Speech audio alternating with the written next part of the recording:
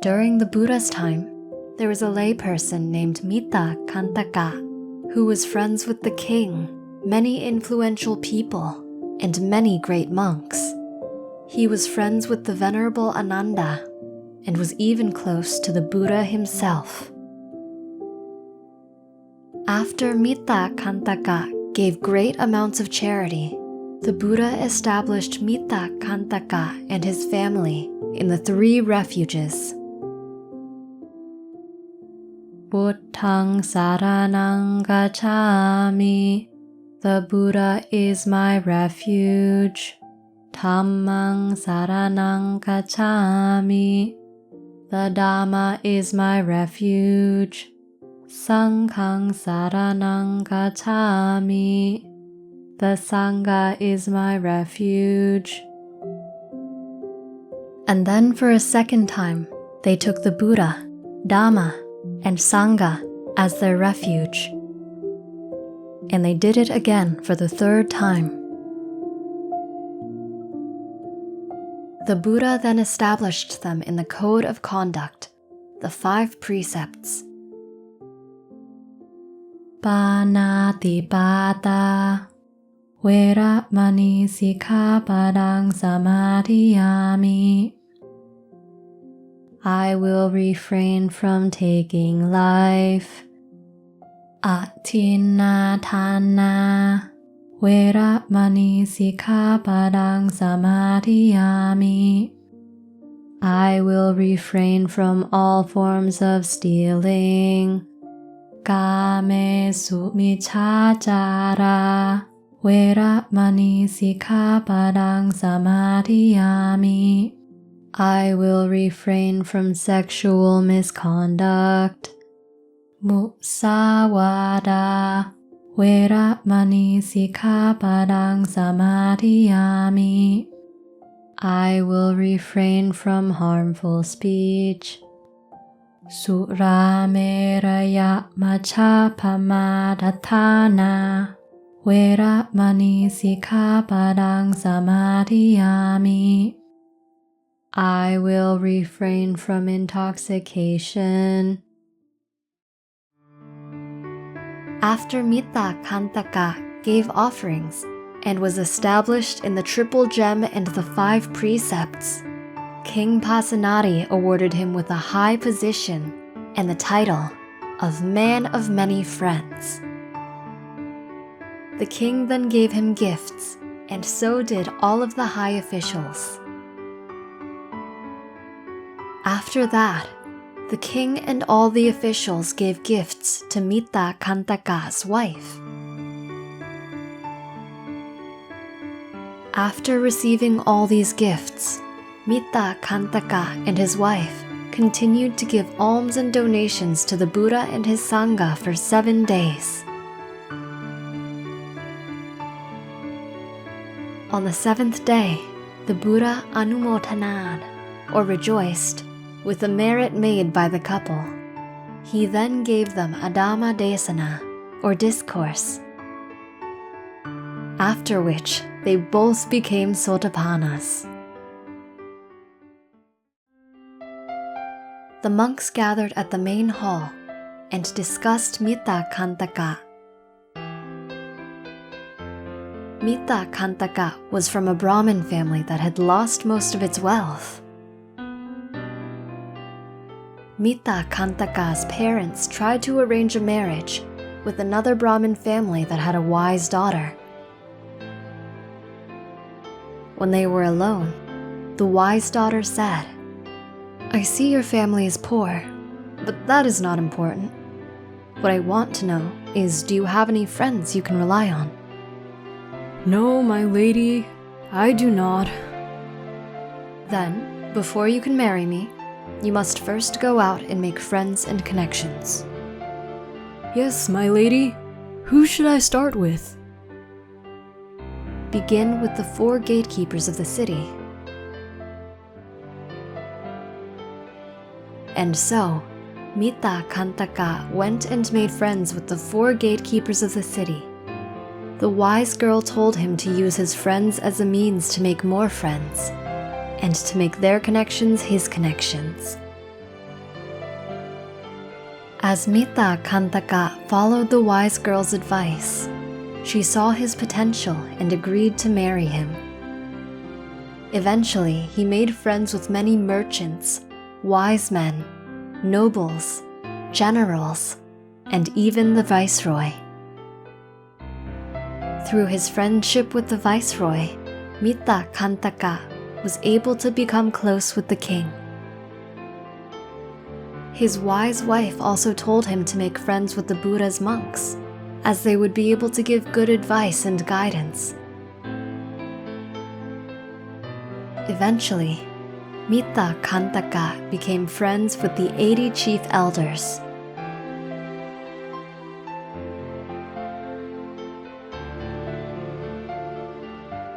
Through his friendship with the elders, Mitta-ghandhaka got a chance to get close to the Venerable Ananda, the chief attendant of the Buddha.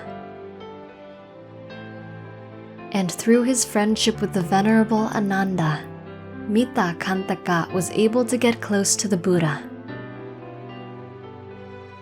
All of this was made possible by the constant guidance and good advice of Mitta-ghandhaka's wife. Mitta-ghandhaka was able to increase his wealth, fame, and status by listening to his wise wife and following her advice.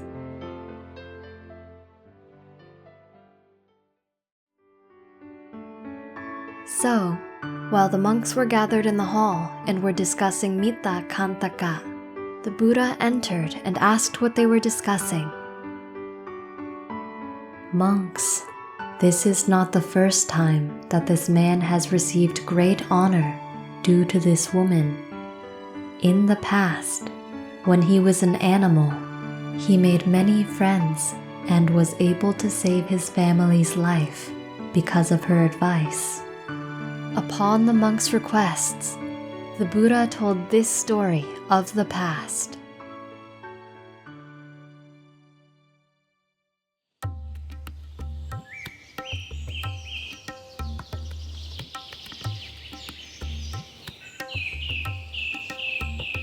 A long time ago, when Brahmadatta was reigning in Benares, men often went to the forest to hunt and look for meat. A male hawk lived in that forest. He wanted to marry a female hawk, but before she would agree, she asked him, "Do you have any friends?" "I do not." "Then how will you protect me and any babies we might have from predators?" "I don't know." "If you want me to agree to marry you, you must be able to protect me and any babies we might have. In order to do that, you must go out and make some friends." "Who would I make friends with?" "There's a king osprey who lives on the eastern shore. Go and make friends with him.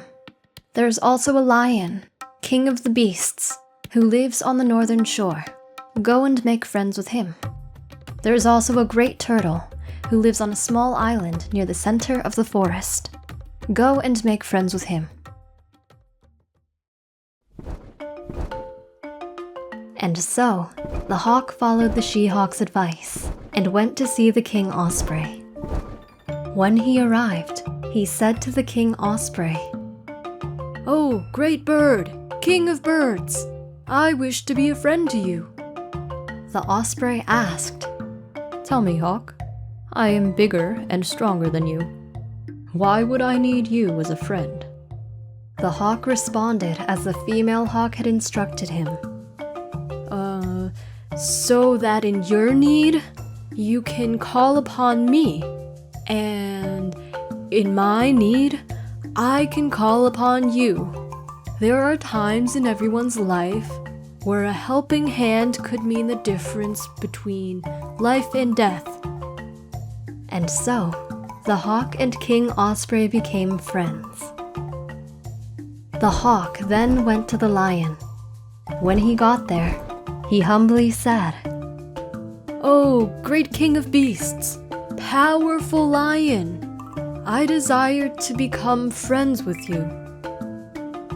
"Why would I need a friend like you?" The hawk then answered as he was instructed. "Great lion, it is true that you are the most powerful and grandest of all beasts. Yet there are things that even you cannot conquer alone. With friends, hard tasks can become easier, and dangers one can't overcome may be mitigated with the help of others."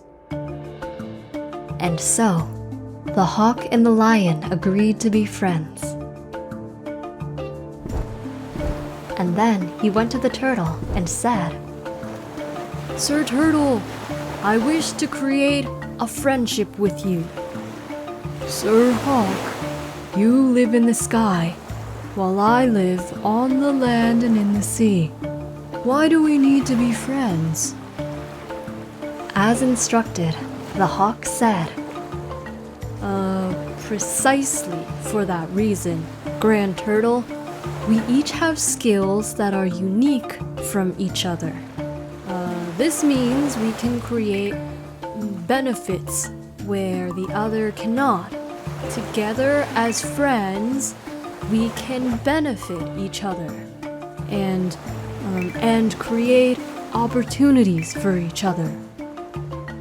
And with that, the turtle agreed to be friends. Afterwards, the female hawk agreed to marry him, and the two lived together in a great tree in a nest that they made. After a while, they had 2 baby birds.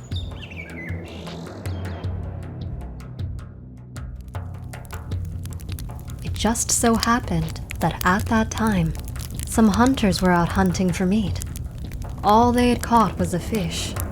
Tired and annoyed, they decided to cook the fish and have their meal.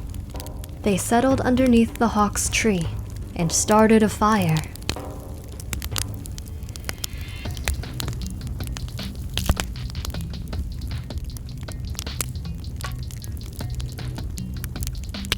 The smoke rose up to the tree and began to irritate the baby birds. As they were only babies, they did not have control of themselves and began to squeal. The hawk and his wife tried to shield the babies from the smoke, but were unsuccessful. The baby birds, choking on the smoke, started to scream. The hunters down below heard the sounds and became excited at the prospect of adding bird meat to their meal. The frantic female hawk said, "This kind of situation is exactly why I had you make friends. Go and call upon the great osprey and ask him for help. The lives of our young are at stake." The hawk flew off in a panic and arrived at the home of the king osprey. "Great king of birds, I must call upon our friendship and request help. My children are in danger." Without a second thought, the osprey took off with the hawk. While the hawk and the osprey were flying, the hunters lit torches and began to climb up the tree to the baby birds. It was very dark, so they needed the light of the torches to see. As the hunters climbed higher and higher, the female hawk could only sit and hope that their friend the osprey would come to the rescue. The osprey arrived at the tree and watched the hunters climb closer and closer. When they were a few body lengths away, the osprey took off for the water. The osprey dove into the water and got himself as wet as possible. He flew right above the climbing hunters and shook off all the water to extinguish their torches.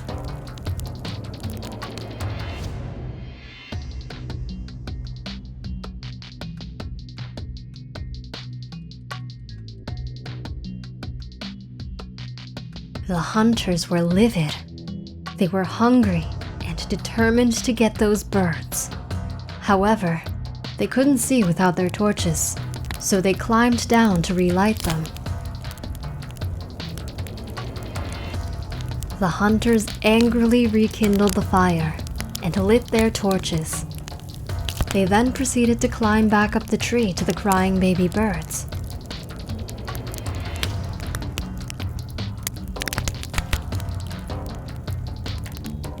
The osprey waited for the hunters to get close, and then flew off to gather water.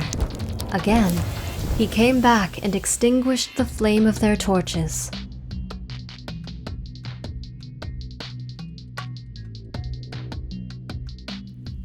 This happened many times. The hunters were determined, but so was the osprey. The osprey had given his word that if called upon, he would do whatever he could to help his friend, and he was determined to keep his word. However, having given his all, the osprey eventually collapsed.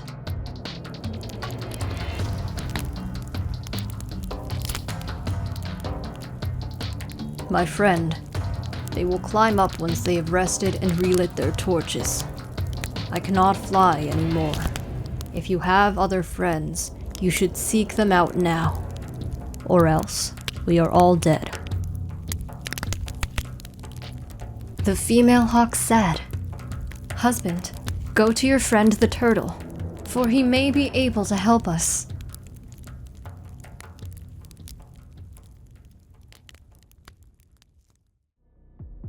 And so the hawk went to visit his friend, the great turtle. He said, "I am in desperate need of help. My young are in danger. I fear they will be captured and eaten." He then explained the situation to the great turtle. The great turtle responded, "The good man will lend goods, and even his life, to a friend in need. For you, my friend, I will do what I can. The good must help each other in their time of need." His son, who was not too far off, heard the words of his father and thought, "I should not have my father troubled. He is too old and has raised me for a long time. I owe him a debt of gratitude." He then said, "Father, remain here at ease. I will serve in your place as a son should. I'll save the young hawks."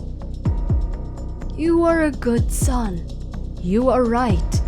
That is the duty of a son to his father. Do what you can for the hawks young."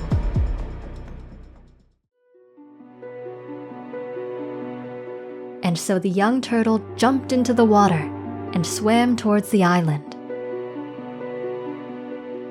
Along the way, he gathered as much mud in his mouth as he could. The three hunters grabbed torches again and climbed the tree. The baby hawks kept crying, and the hawk parents felt helpless. The young turtle arrived just in time to see the hunters climbing up the tree, torches in hand. He gathered as much mud as he could carry in his mouth and quenched the flames.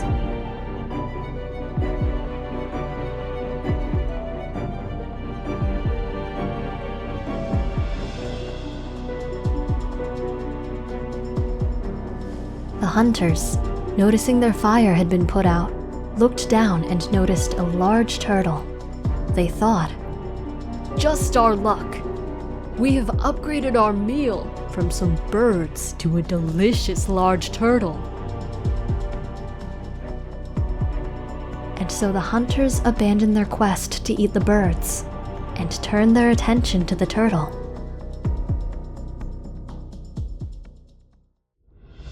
The hunters jumped on the turtle and tried to roll him over.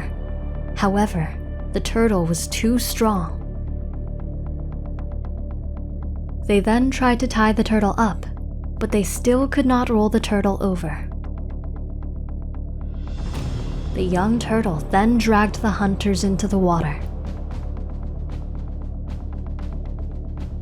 The hunters, tired from all their climbing and weakened by hunger, could not resist being pulled into the water.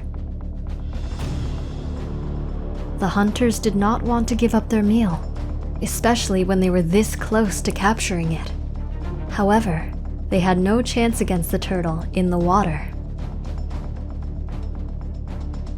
They then said, "Look, for half of the night, the osprey kept putting out our fire, and now this turtle has dragged us into the water.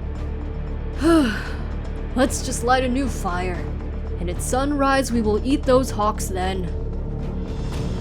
The men went back and relit the fire. The female hawk, seeing this, said, "Husband, these hunters have not given up. Sooner or later, they will eat our young. You must go and tell your friend the lion."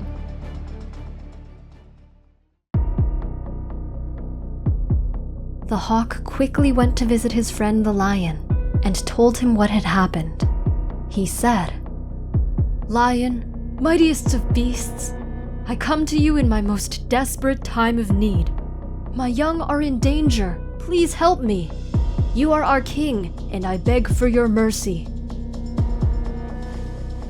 "Hawk, I will do this for you.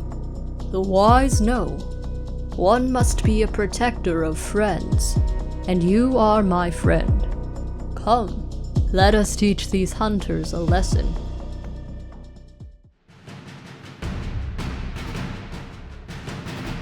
The lion ran as fast as he could toward the young hawks stranded in the tree.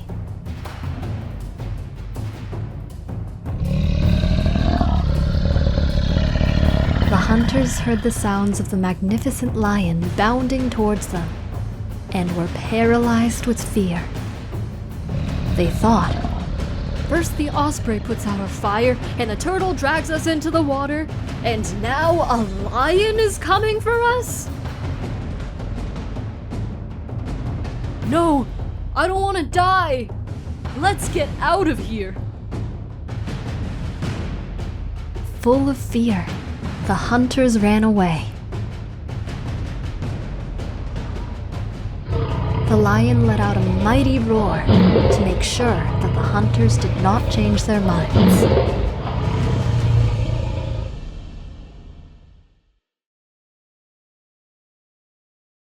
Then the osprey, the hawks, the turtle, and the lion gathered together. The female hawk said, "Friendship has saved my young.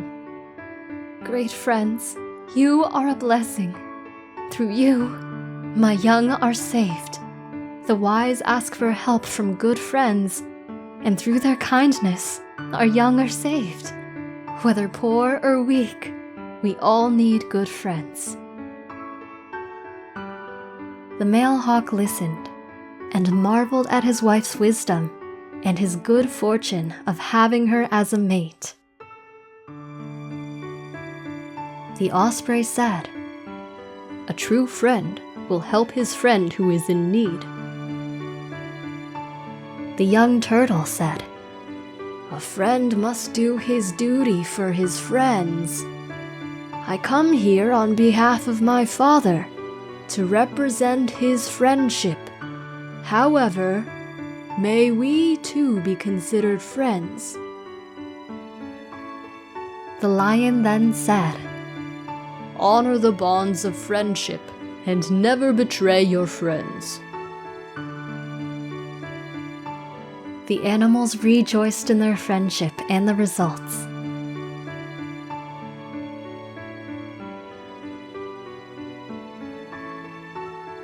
The Buddha then concluded the Jataka by saying, "The hawks in those days were Mitta-ghandhaka and his wise wife. The young turtle was Rahula. The old turtle was Mokkallana. The osprey was Sariputta. and the lion was I. What did you learn from this story? We hope you enjoyed the video. Click like if you did, and click subscribe if you want to see our uploads.